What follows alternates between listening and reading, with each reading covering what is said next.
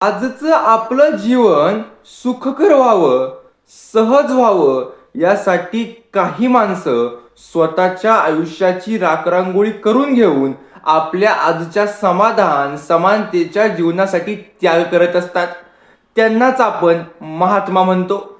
आणि त्यातीलच एक महात्मा म्हणजे जगतज्योती महात्मा बसवेश्वर.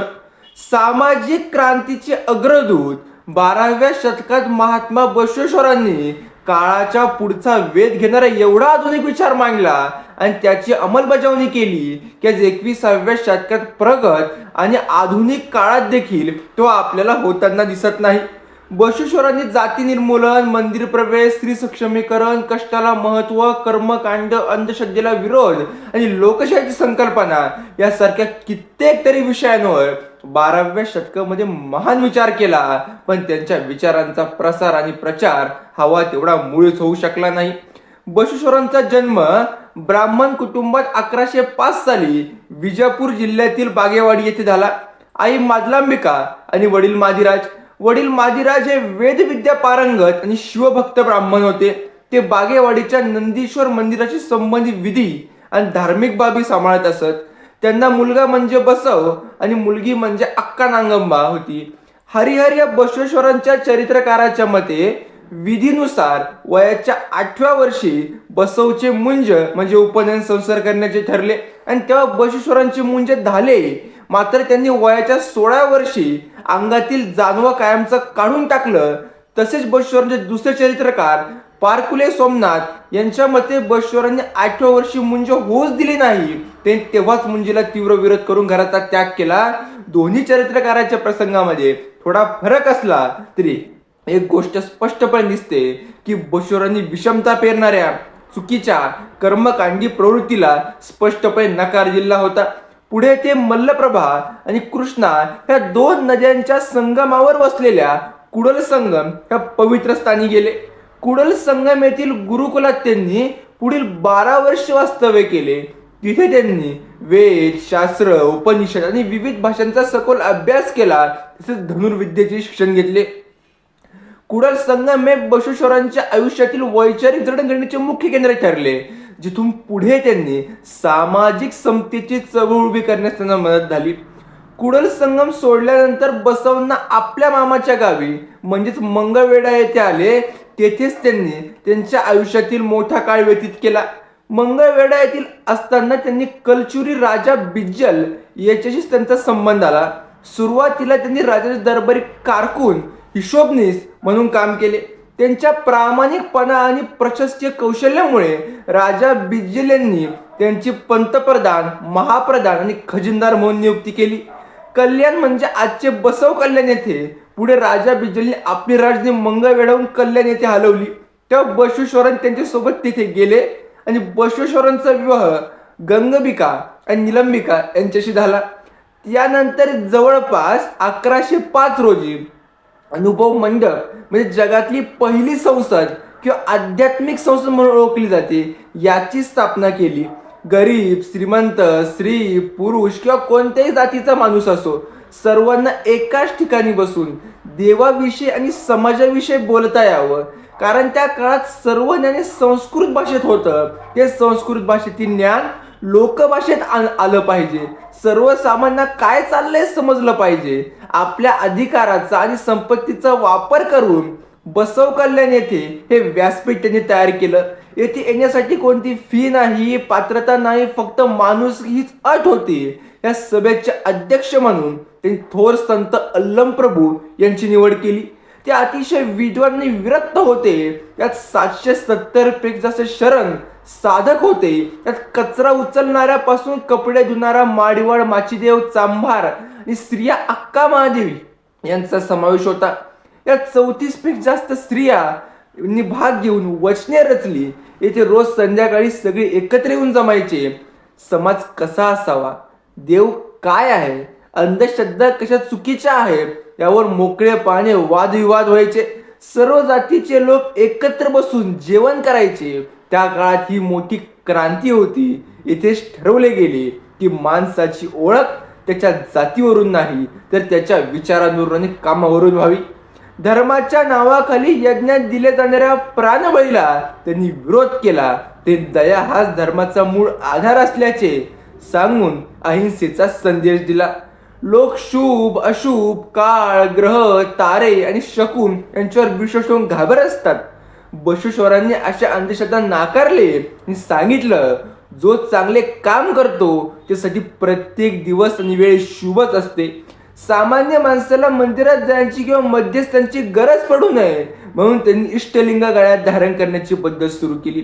यामुळे देवाची थेट आणि वैयक्तिक उपासना करणे शक्य झाले, ज्यामुळे मध्यस्थांचे कर्मकांड संपुष्टात आले आणि आपल्या मंदिर प्रवेशाचा अधिकार नाही. मग अशा मंदिराची आपल्या गरजच काय?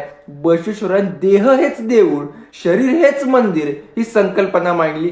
ते म्हणतात, श्रीमंत लोक शिवासाठी मंदिरे बांधतील, पण मी गरीब काय करू? माझे पाय हे खांब आहे, माझे शरीर हे मंदिर आहे, माझे मस्तक सोन्याचा कळस आहे. वेदांचाही आपल्याला अधिकार नाही, ते वेदही आपल्याला नको आहेत. तर वेदांच्या जागेवर बसवेश्वरांनी वचनांची निर्मिती केली. वचन म्हणजे दिलेला शब्द आणि अनुभवातून आलेले विचार. हे लोक केवळ साहित्यिक नव्हते, तर आपले रोजचे काम कायक करणारे सामान्य कामगार होते. काम करता करता त्यांना जे काही सुचलं ते त्यांनी साध्या भाषेत लिहून ठेवलं. उदाहरणार्थ, कुंभाराने काम करताना, कपडे धुताना किंवा शेतात काम करताना ते जे विचार मांडले ते सर्व पुढं वचन म्हणून उदयास आले. तसेच काम सोडून फक्त भक्ती करा असं न सांगता कायकवे कैलास, कष्ट हाच देव हा विचार त्यांनी रुजवला. श्रम हाच ईश्वर किंवा प्रामाणिक कामात स्वर्ग कैलास आहे. बसवेश्वरांच्या मते कष्टाला आणि कर्माला ईश्वराचे रूप मानले पाहिजे. मोक्ष प्राप्तीसाठी हिमालयात जाण्याची गरज नाही किंवा मंदिरात बसण्याची गरज नाही, तर आपापल्या व्यवसायात प्रामाणिकपणे काम करणे हीच खरी पूजा आहे. बसवेश्वरांनी कोणताही व्यवसाय छोटा किंवा मोठा मानला नाही. शारीरिक कष्ट करणाऱ्याला, मग तो शेतकरी असो, विणकर असो व भंगी असो, त्याला सन्मान प्राप्त करून दिला. त्या काळी असलेल्या अंधश्रद्धा, यज्ञ संस्कृती निष्क्रिय त्याला विरोध करून त्यांनी कर्मयोगावरती भर दिला. या तत्वानुसार प्रत्येकानं आपल्या श्रमावरच उपजीविका चालवावी. फुकट खाणे निंदनीय मानलं गेलं. बसवेश्वरांनी सामाजिक आणि आर्थिक विचार मांडण्याचे काम केले. समाजवादी दृष्टिकोन सुद्धा यातून दिसतो. कायकवे कैलासमुळे गरजेनुसार संपत्तीची विभागणी आणि सर्वांमध्ये संभाव निर्माण झाला. व्यक्ती स्वातंत्र्य हे तत्वज्ञान व्यक्तीला आपल्या आवडीचा व्यवसाय निवडण्याचे स्वातंत्र्य देते. थोडक्यात सांगायचे तर बसवेश्वरांचा मंत्र म्हणजे कर्म, भक्ती आणि ज्ञान यांचा त्रिवेणी संगम आहे, जो माणसाला कर्तव्याप्रती प्रामाणिक राहून सामाजिक समतेचा संदेश देतो. तर बसवेश्वरांनी महिलांविषयी अत्यंत उदार दृष्टिकोन त्या काळात ठेवला, जो 21व्या शतकात देखील आपल्याला सहज आज बघायला मिळत नाही. मासिक पाळी नैसर्गिक येणारी गोष्ट आहे, ती कोणती चुकीची किंवा कोणत्या प्रकारची अशुभ नाही. महिलेला मासिक पाळी आल्यामुळेच मनुष्य जन्माला येतो. मग जर ती महिला विचार असेल तर तो मनुष्य शुद्ध कसा असू शकतो, तर सवाल यंदा काळात विचारला. स्त्रियांना व्यासपीठ आणि समान अधिकार बसवेश्वरांनी अनुभव मंडप या लोकशाही संसदेच्या माध्यमातून पुरुषांच्या बरोबर चर्चा करण्याचा, अध्यात्मावर बोलण्याचा आणि वचन लिहिण्याचा अधिकार बहाल केला. बसवेश्वरांच्या मते आत्मलिंग दीक्षेनंतर लिंगायत धर्मात स्त्री पुरुषात कोणताही फरक न करता ते समान असतो. त्यांनी स्त्रियांना शरणी भक्त म्हणून संबोधित केले आणि त्यांना मोक्षाचा, ज्ञानाचा आणि भक्तीचा अधिकार पुरुषांइतका स्त्रियांना दिला. तर बसवेश्वरांनी परस्त्री हव्यासाला कठोर शब्दात फटकारले. त्यांच्या मते आपल्या पत्नीशिवाय इतर सर्व स्त्रियांना मातृभावनेने किंवा भगिनीच्या रूपाने पाहावे. परस्त्रीकडे क्रूरदृष्टीने पाहणे पत्नी पाप मानले. तर श्रमाला प्रतिष्ठा आणि आर्थिक स्वातंत्र्य बसवेश्वरांनी हा सिद्धांत मांडला. स्त्रियांना घरातील 4 भिंतीतून बाहेर काढून उत्पादक कामात म्हणजे कायक यात सहभागी होण्यासाठी प्रोत्साहित केले, ज्यामुळे स्त्रियांना आर्थिक स्वातंत्र्य आणि आत्मसन्मान मिळाला. बालविवाह आणि सती प्रथेला त्यांनी कडाडून विरोध केला. बसवेश्वरांनी हुंडा पद्धती आणि सती प्रथा सारख्या ज्या स्त्रियांवर अमानुष गोष्टी लादल्या आहेत, या अत्याचार करणाऱ्या प्रथांना विरोध केला आणि स्त्रियांना स्वतःच्या आयुष्याचे निर्णय घ्यायचे स्वातंत्र्य दिले. बसवेश्वर फक्त तत्वज्ञान आणि बोलके समजदार नव्हते, तर त्यांनी आयुष्यभर आपल्या कृतीतून संदेश देण्याचा प्रयत्न केला. आजच्या काळात हे जातीच्या बाहेर लग्न करणे म्हणजे दिव्य काम मानले जातं. मात्र 900 वर्षापूर्वी 12व्या शतकात बसवेश्वरांनी एक क्रांतिकारी विवाह घडवून आणला. हा केवळ कौटुंबिक सोहळा नसून ती प्रस्थापित विषमतेविरुद्ध पुकारली एक मोठी बंडखोरी होती. या विवाहानेच लिंगायत चळवळीच्या संघर्षाला आणि बसवेश्वरांच्या आयुष्याला नवीन नाट्यमय वळण मिळालं. बसवेश्वरांनी एका दलित समाजातील तरुण शीलवंत जो हरळ्याचा मुलगा होता आणि त्याचा विवाह एक ब्राह्मण समाजातील तरुण लावण्यवती जी मधुरस कन्या त्या ब्राह्मणाची मुलगी होती यांचा विवाह घडून आणला. हे दोन्ही कुटुंब बसवेश्वरांच्या विचाराने प्रेरित होऊन शरण बनले होते. त्या काळी जात व्यवस्था अत्यंत घट्ट होती. एका दलित मुलाचा विवाह ब्राह्मण मुलीशी होणे तात्कालीन पूर्वशाहीला खपणारा नव्हतं. त्यांनी धर्म बुडाला असे संबोधून तेथील राजा बिजलाकडे तक्रार केली. राजा बिजलाने कट्टरवाद्यांच्या दबावाला येऊन या विवाहाचा बदला म्हणून अत्यंत क्रूर शिक्षा सुनावली. वधूवराच्या पित्यांना हरळ्या आणि मधुवरस यांना हत्तीच्या पायाला बांधून ओढत नेण्याच्या देहदंडाची अमानुष शिक्षा घोषित केली. या घटनेमुळे बसव कल्याण प्रचंड असंतोष निर्माण झाला. शरण म्हणजे संताप पुसायला. कल्याण क्रांतीला सुरुवात झाली. हजारो शरणांची कत्तल झाली, तर अनेक शरण वचन साहित्य वाचवण्यासाठी पळून गेले. या हिंसेमुळे बसवेश्वरांना कमालीचे दुःख झाले. सत्तेपेक्षा माणुसकी महत्वाची मानणाऱ्या बसवेश्वरांनी राजकारण आणि कल्याण सोडून कुडल संगम येथे प्रस्थान केले. तिथंच त्यांचा जो आहे शेवट ढालला आपल्याला बघायला होतो. मात्र आपण बघितलं तर आधुनिक जगातील जी क्रांतिकारी सगळी मूल्य समजली जातात, ही सगळी मूल्य बसवेश्वरांच्या आपल्या जीवनात दिली आणि सत्तेच्या विरुद्ध सत्तेसाठी आयुष्यभर लढत राहिले. खऱ्या अर्थाने समाजातल्या सगळ्या विषमतेच्या असमानतेत दऱ्या मिटण्याचं काम बसवेश्वरांनी केलं. पण त्याचा विचार लोकांपर्यंत पोहोचला नाही.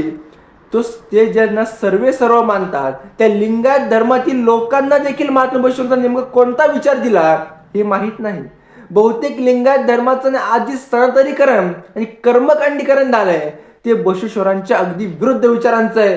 बसवेश्वरांना फक्त देव करून टाकायचं म्हणजे त्यांचे विचार आचरण्याचे आणि अंमलबजावणी करण्याची आपली जबाबदारी संपून जाते. आजचा धर्मांध, अविवेकी आणि महिलांना दुय्यम वंग देण्या काळामध्ये बसवेश्वरांचे प्रत्येक विचार अस्सलपणे लागू पडतो. आपण जर बसवेश्वरांचा विचार आचरणात आणून जगायला सुरुवात केली तर सामाजिक न्यायाची क्रांती व्हायला उशीर लागणार नाही.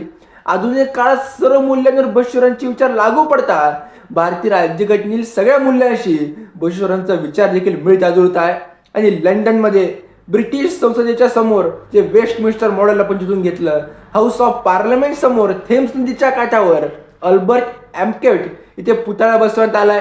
ही लंडनमध्ये स्थापित झालेली पहिली भारतीय वैचारिक मूर्ती आहे, जिथे लोकशाही मूल्यांचे प्रतिनिधित्व करणारे बसवेश्वरांचा पुतळा थेट ब्रिटिश लोकशाहीच्या केंद्रस्थानी उभारलाय. मग बसवेश्वर भारताच्या लोकशाही आणि सामाजिक क्रांतीचे केंद्रबिंदू होणे काळाची नितांत गरज आहे. बसवेश्वर प्रत्येक विचार आपल्यामध्ये आला पाहिजे, तर आपलं जीवन आणि जगणं हे दोन्ही समृद्ध होईल. ते व्हायला पाहिजे. धन्यवाद.